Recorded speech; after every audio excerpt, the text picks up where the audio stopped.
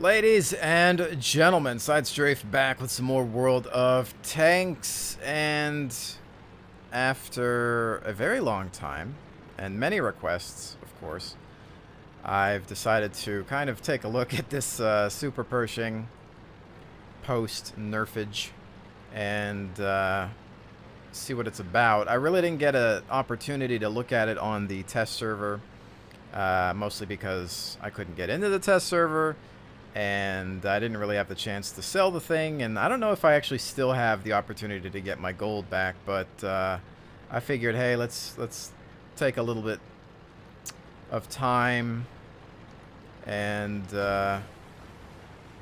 see what it's about now. I'm going to tell you right off the bat, I know that this thing just needs a better gun. I would be happy if they gave it a gun that was actually worth something and didn't force you to use premium rounds. Without even firing a shot, without even being in this battle, I can tell you that that's what would really make me happy. It's hard to tell what should or shouldn't be in a game that's arcade, that tries to use historical accuracy excuses once in a while.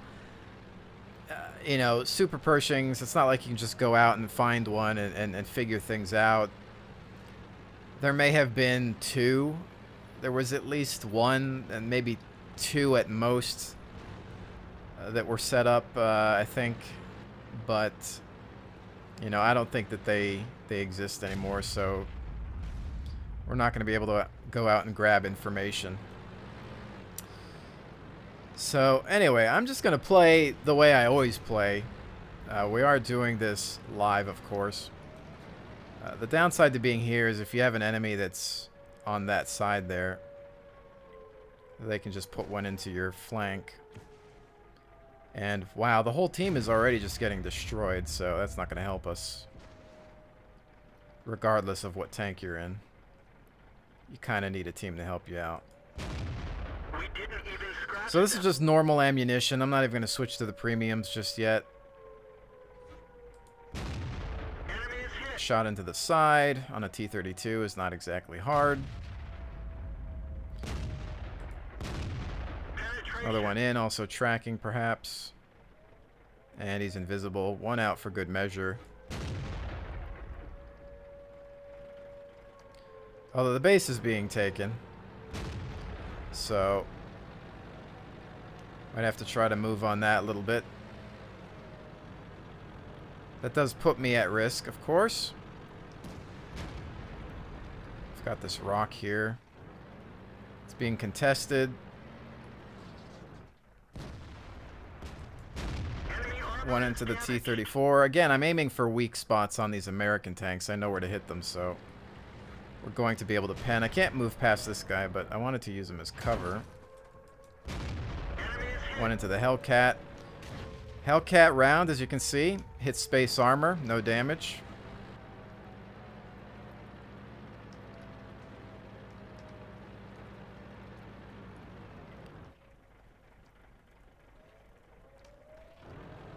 KV-4 on the right.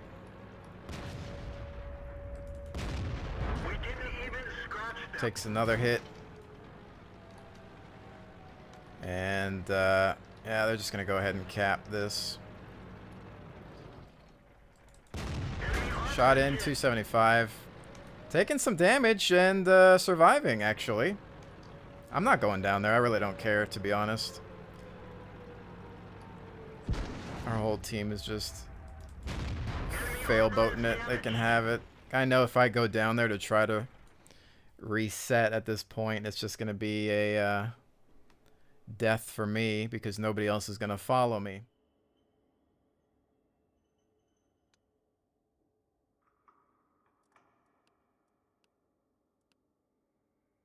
Anyway, this is more of an experiment for me, so let's actually take a look. Strangely enough, I took several hits and managed to survive.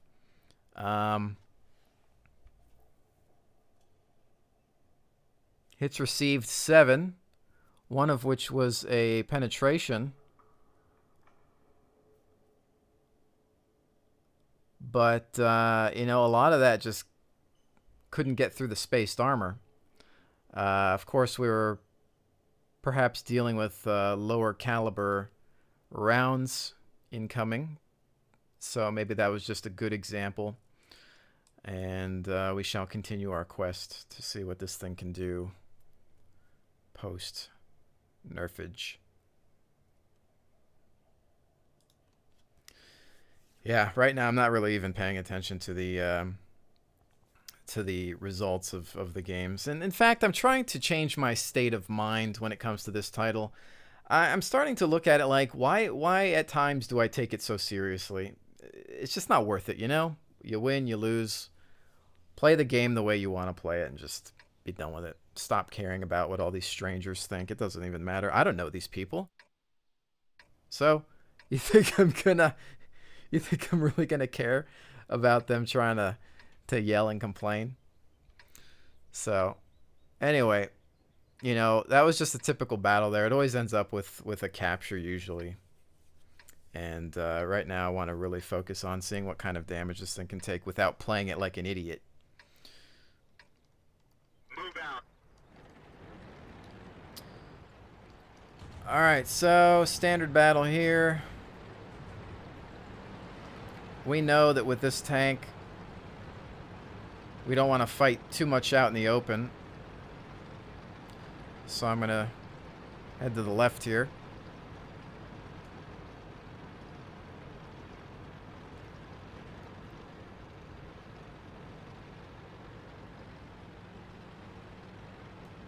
Now, I'm assuming we just got really, really lucky that last game, because I've seen a lot of footage of this thing in action, and it hasn't been doing so well. But I want to see how it does in my hands with my tactics. That's what matters, and that's true with any tank.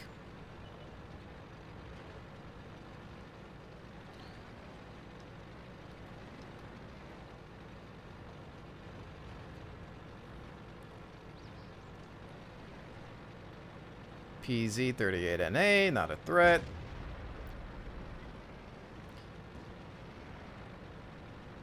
Okay, line coming in. Taking some good early damage.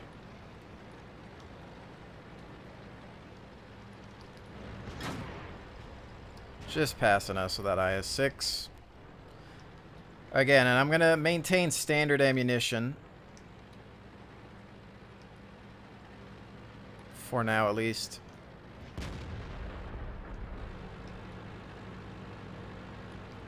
AT-15, he's going to be a tough cookie. Actually, a lot of these guys are kind of hard to deal with. From certain angles, anyway. Got nothing there. They do have artillery.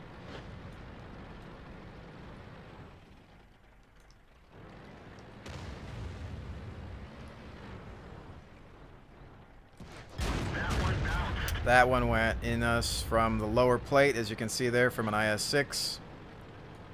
Clean through.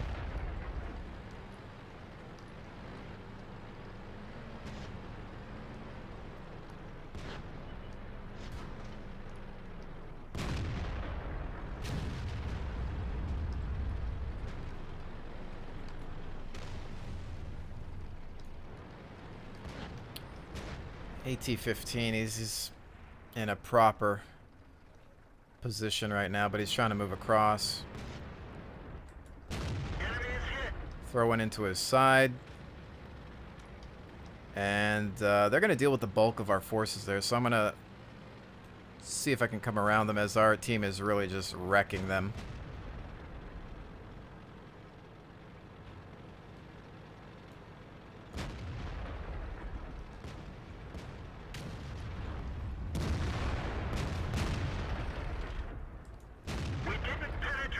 Lower, no pen, standard ammo. That one goes through. And then their IS-2's up front. So we took one shot, as you can see, the lower plate from an IS-6.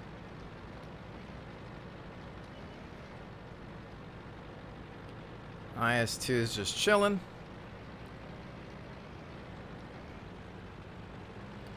And I'm sure he'll be done by the time we can get up to him.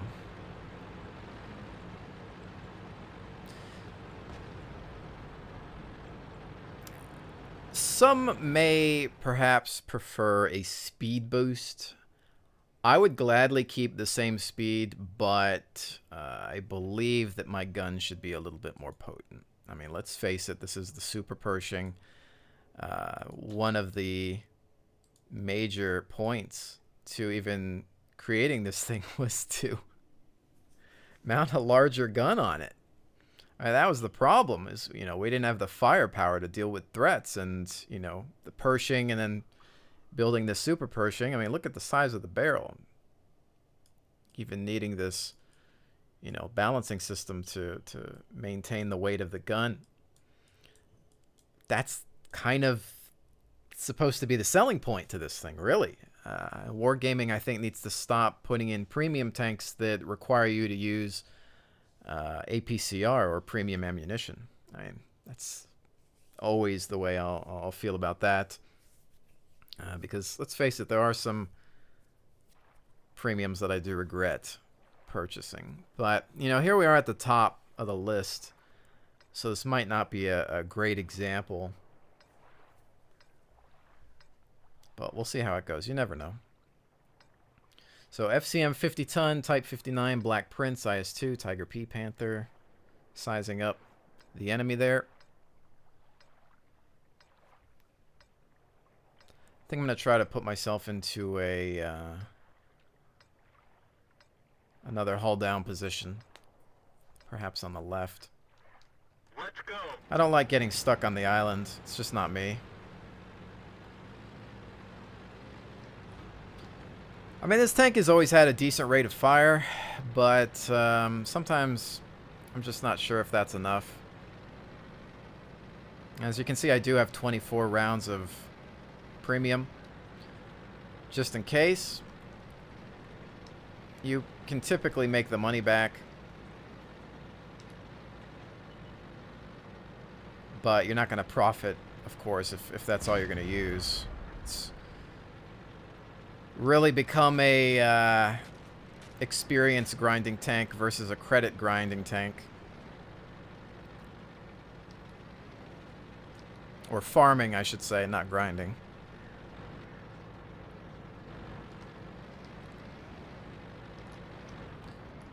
I'm curious about this guy on the hill, but I think our team is coming up around him. So hopefully he'll be distracted. Hopefully. They need to continue to push him. We've already lost 2 tanks. I'm going to follow around with these guys here.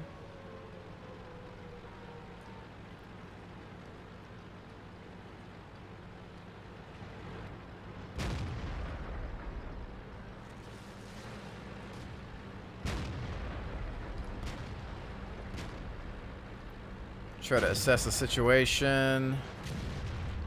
Almost running in front of somebody's shot. My bad.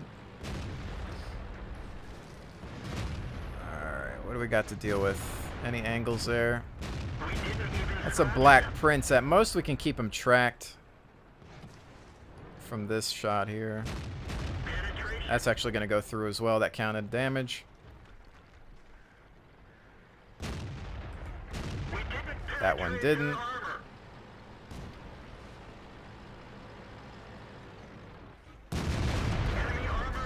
That one did.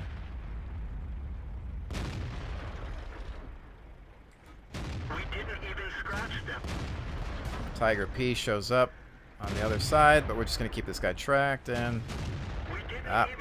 almost hit my AT-8. I think he's going to go for the finishing shot there. Tiger P's obviously a rough target from the front, especially with this ammunition. Most we can do is track him. Flip around here, keep an eye on that 3485. Maintain angling.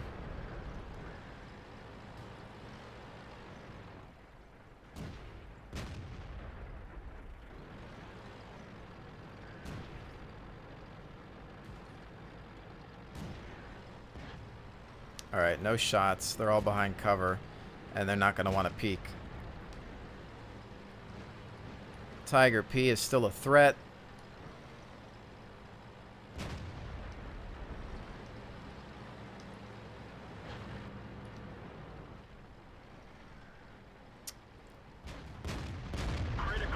We've tracked him, which allowed our ally to shoot him.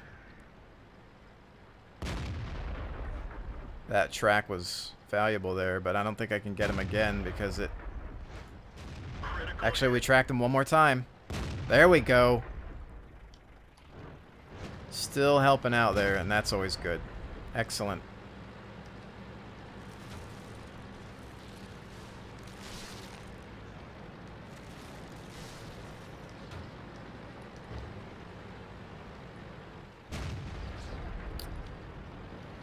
One, two, three, four. Alright, so we've got the guys behind us, but we're capturing. So I'm just going to flip around just in case I can get a shot. Yeah, we've got the cap.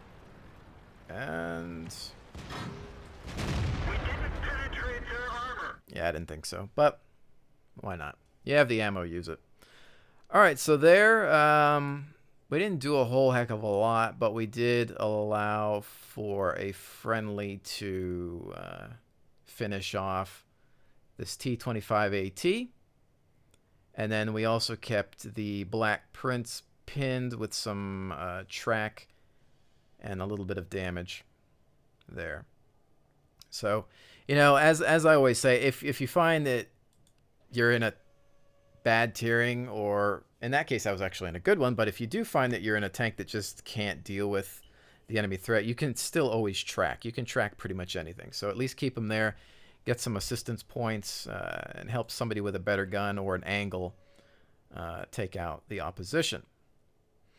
Well, that's 3 rounds with the Super Pershing. I'm going to tell you right now, I know that I'm getting lucky with some of these matches.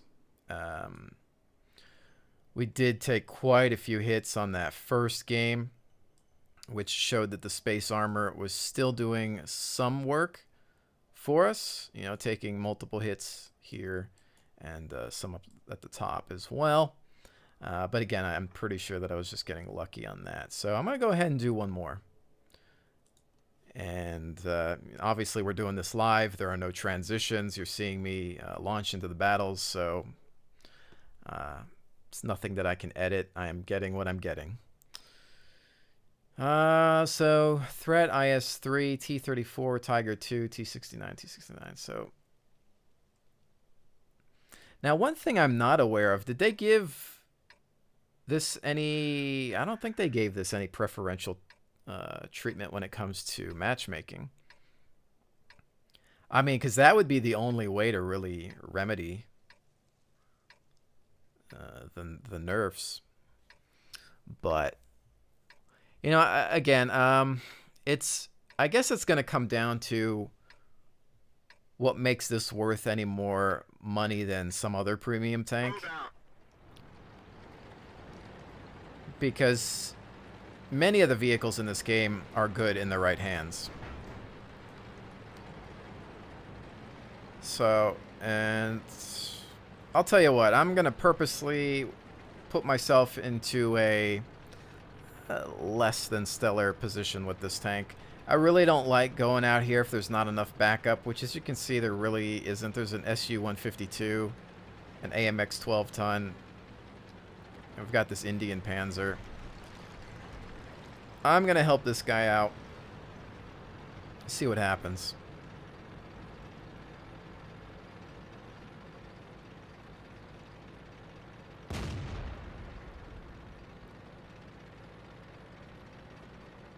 We're going to do it the safe way, but we're here.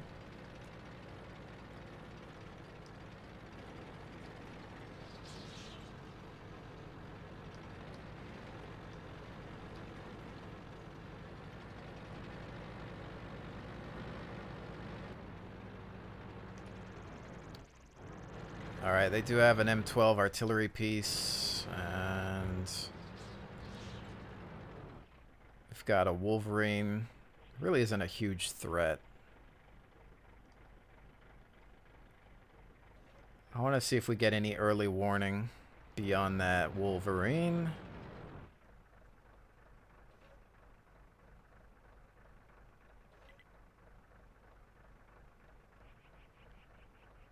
I'm with you, buddy.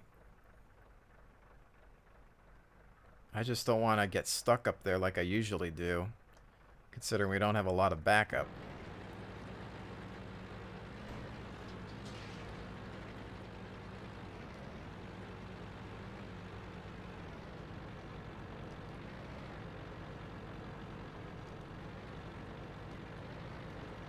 Alright, let's begin our push here. Because we might have to end up flanking around. 152 is rolling up. No enemy sighted as of yet. Oh. 152. Ouch. That's not good.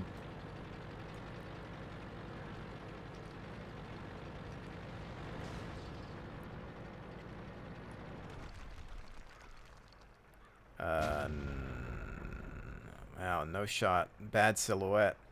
I don't have the shot. It is right there. And there we go.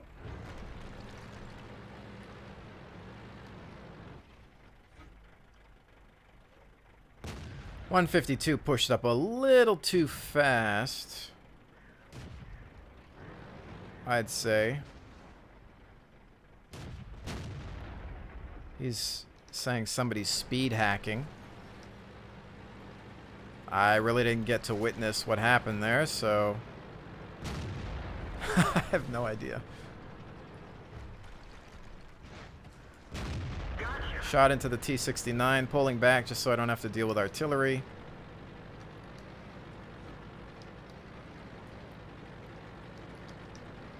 But now that we've reloaded, it's time to make our move. 1, 2, 3, 4 targets verified. City. 5 is going to be the artillery. And then there's maybe one that's unaccounted for, but there goes the M12.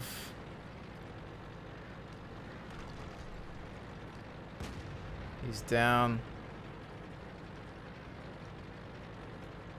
I'm lit. I think it would be best to perhaps go for the cap and lure them back.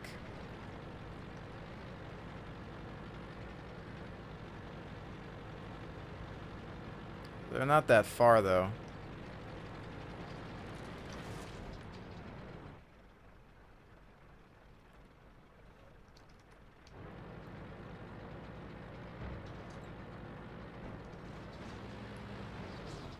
See, I'm kind of wanting them to come back here.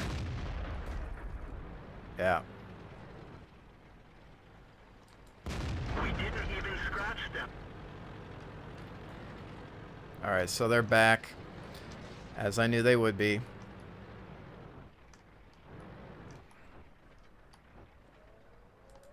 We didn't penetrate their armor.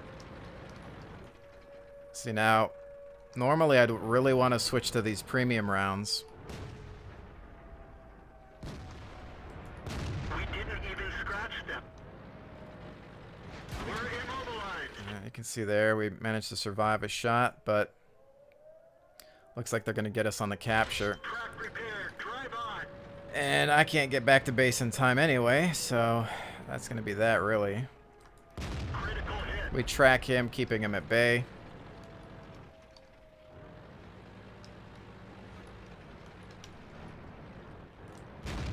We didn't penetrate It's their not happening armor. there. Wiggle around a little bit. Lost some ammo, but at least it didn't explode. Puts that one into us. And you can see the two major hits that we took. One was stopped by spaced armor, but the other going through and taking some ammo. So, you know, what can you do there? I couldn't get back to base quickly enough. Perhaps I should have gone through the other route, but, you know, what are you going to do? That was just, in general, bad game. So, okay, we did a variety of matches there on different maps, and I really hadn't had much of a chance to play with this thing. I couldn't get into the test server, and I just haven't felt like touching it after the patch, and so this is obviously a late post-patch impressions of what the Super Pershing has become. I know most people that have wanted to sell their Super Pershing have already sold it. So I'm not here to change anybody's opinions of it. I know it's just not what it used to be. In the past, the Super Pershing, a lot of people complained about its armor. When it first came out, nobody knew how to defeat it because they kept aiming for the same positions, same locations, I should say. They would aim here. They're like, why can't I get through? Well, come on, man. Think about it. But at the end of the day, once you just take the time to examine a Pershing and then go into a Super Pershing, it still has all of its other weak spots. The side armor, the rear armor, the sides of the turret. Everything else can be defeated easily if you just bypass this. Everybody knew to shoot in the cheeks. Everybody knew to shoot at the cupola. It's not that hard. Or the machine gun port. Track it. Get around it. It's slow. The gun's not amazing. There's all these bad things about it. And so for them to kind of mess with the armor even more, it definitely made it even worse because now it really doesn't have anything. And it got like a minor speed increase. And apparently the terrain resistance is a little bit better. But honestly, without using APCR, which, I stayed true to my word. I said I wasn't going to use any premium rounds in those matches because that was part of the test. I keep some on there because I know that this gun is just inadequate. I feel that the gun needs an upgrade. I don't know if they're planning it. I know it's a premium tank and it's not supposed to be necessarily better than an upgradable tank in the tree. However, you have to make this worth something. Otherwise, why would you buy it today after it's had its nerfs? Now, I did pretty well with this thing. In all of those games, I wasn't killed at all. Some good matches, really, from a personal standpoint.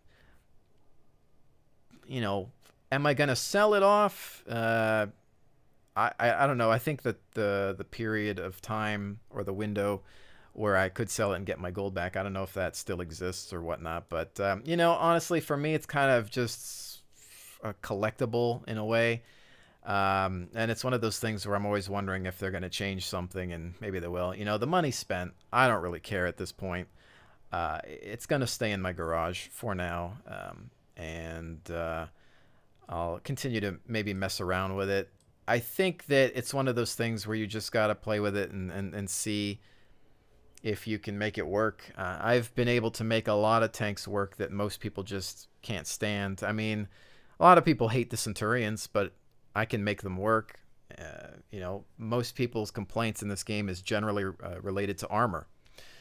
So, of course, when you take away or decrease the effectiveness of armor in a vehicle, then, yeah, everybody's going to hate on it. So, I still think it's an underpowered vehicle. It's not my favorite thing to play. It's not my favorite premium. I wouldn't buy it again if I had the choice. I don't necessarily recommend that you spend your money on it. I would say that you can put your money on a T-34 or any number of other premium tanks that'll just be a lot more fun and will earn you credits. Another one, of course, 8.8 centimeter Jagdtiger is a fantastic choice. The ammunition is so inexpensive that you can just make a killing in credits.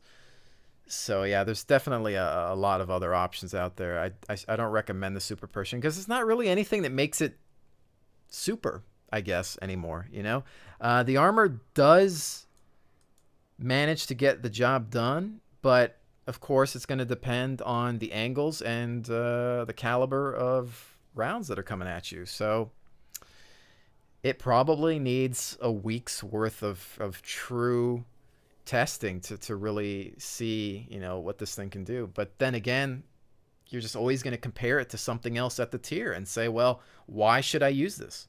What really makes this stand out over other vehicles that have better rates of fire or more alpha damage or just better armor, So I don't know. It with my tactics, if you play like me, it's not as bad as some people make it out to be. If you want to brawl with it, then no. Yeah, I mean, it's going to be worse than ever. But the thing to me is that the Super Pershing was never amazing in the first place in this type of a game, because your side, everything outside of the front was terrible before anyway. So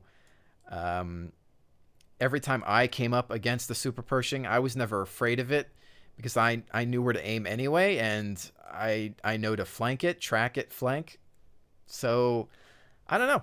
I guess I'm kind of shocked that enough people complained to the point where they had to make changes, or maybe they looked at their statistical data and said that it's outperforming, or But even that, if they have a database that says, or data that says, hey, this thing is overperforming. Why is it overperforming? It's overperforming because people aren't taking the time to educate themselves in how to take it out. It's so easy to kill one of these before. Anyways, ladies and gentlemen, hopefully you've enjoyed this look at the Super Pershing. I know it's a little late, but I thought I would finally give you my opinion on it. So with that said, thank you so very much for joining me. I will definitely see you on the next one.